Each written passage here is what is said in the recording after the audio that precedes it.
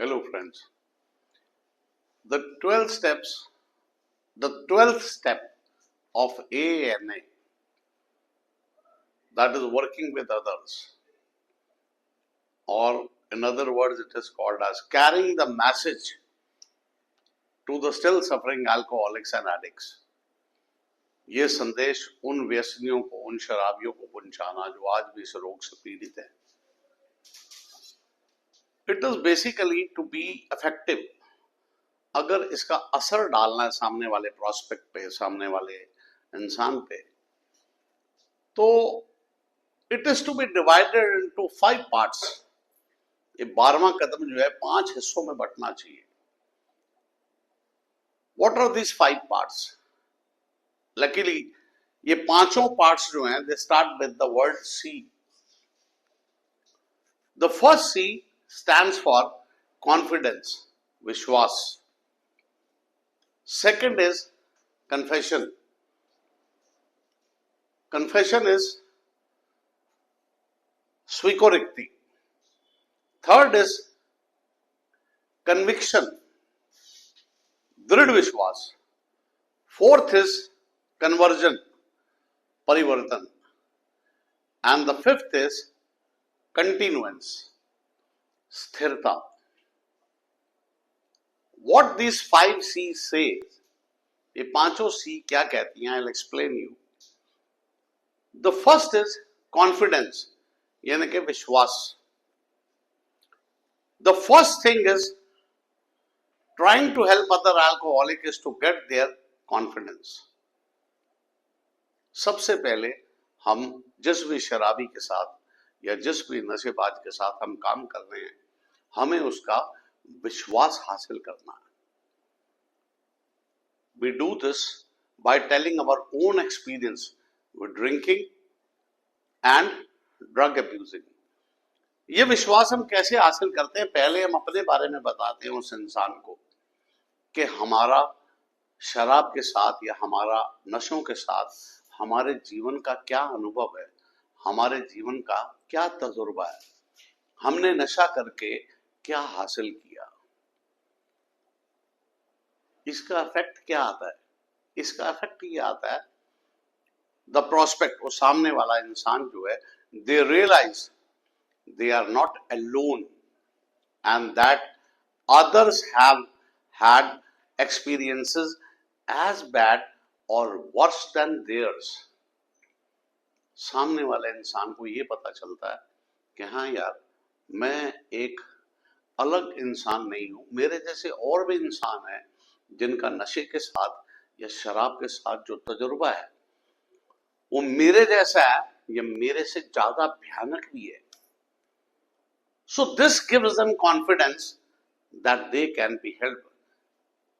ये सब सुनने के बाद उनके अंदर एक विश्वास जागृत होता है, एक आशा की किरण जागृत होती है कि यार यस, ये सामने वाला अगर आज ठीक है तो मैं भी ठीक हो सकता हूं.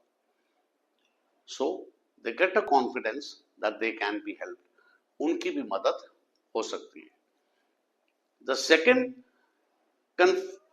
C is confession, स्वीकृति, स्वीकार करना. By frankly sharing with prospect, we get them talking about their own experiences. They will open up and confess things to us they have not been able to tell other people, and they feel better when this confession has been made. क्या होता है जब हम सामने वाले इंसान के साथ खुल के बात करते हैं, अपने बारे में खुल के बताते हैं, उसके अंदर एक विश्वास तो जागृत होता ही है. साथ ही साथ जब हम फ्रैंकली बड़े आराम से उसके साथ अपनी जिंदगी के बारे में शेयर करते हैं, हम देखते हैं कि वो इंसान भी अपने बारे में बताना शुरू कर देता है. वो धीरे धीरे आपके साथ ओपन अप होगा, खुलेगा, आपके साथ अपने अंदर के भाव शेयर करेगा, अपने अंदर की फीलिंग शेयर करेगा. और ऐसा करने से हो सकता है वो ऐसी बातें भी आपको बताए जो शायद वह किसी और के साथ ना कर सके। By doing this confession they feel better. बहुत अच्छा लगता है उनको, क्योंकि अंदर सदियों से गुबार भरा हुआ था। ये गुबार जब निकलता है, दे फील वेरी लाइट, बहुत हल्का महसूस करते हैं, and they feel better. The third C stands for conviction. Conviction is दृढ़ विश्वास। क्या होता है इस कन्विक्शन में? They must see and admit their life is unmanageable. सामने वाले को यह समझ में आना चाहिए कि उसकी जिंदगी अस्त व्यस्त हो चुकी है। When they look into the unmanageability of their life, जब वो अपने जीवन की अस्त व्यवस्था को देखता है, नशे और शराब की वजह से उसका जीवन कितना अस्त व्यस्त हो चुका है, and they must do something about their drink or drug problem, और उन्हें अब कुछ ना कुछ करना पड़ेगा अपनी इस अस्त व्यवस्था को दूर करने के लिए। उन्हें अपनी शराब से या उन्हें अपने नशे से दूर रहने के लिए अब कुछ ना कुछ करना पड़ेगा। They must be convinced that they must give up drinking और यूजिंग। उन्हें राजी करना पड़ेगा इस बात के लिए कि भाई साहब शराब छोड़ो, नशा छोड़ो, वरना जिंदगी जो है बेकार हो जाएगी।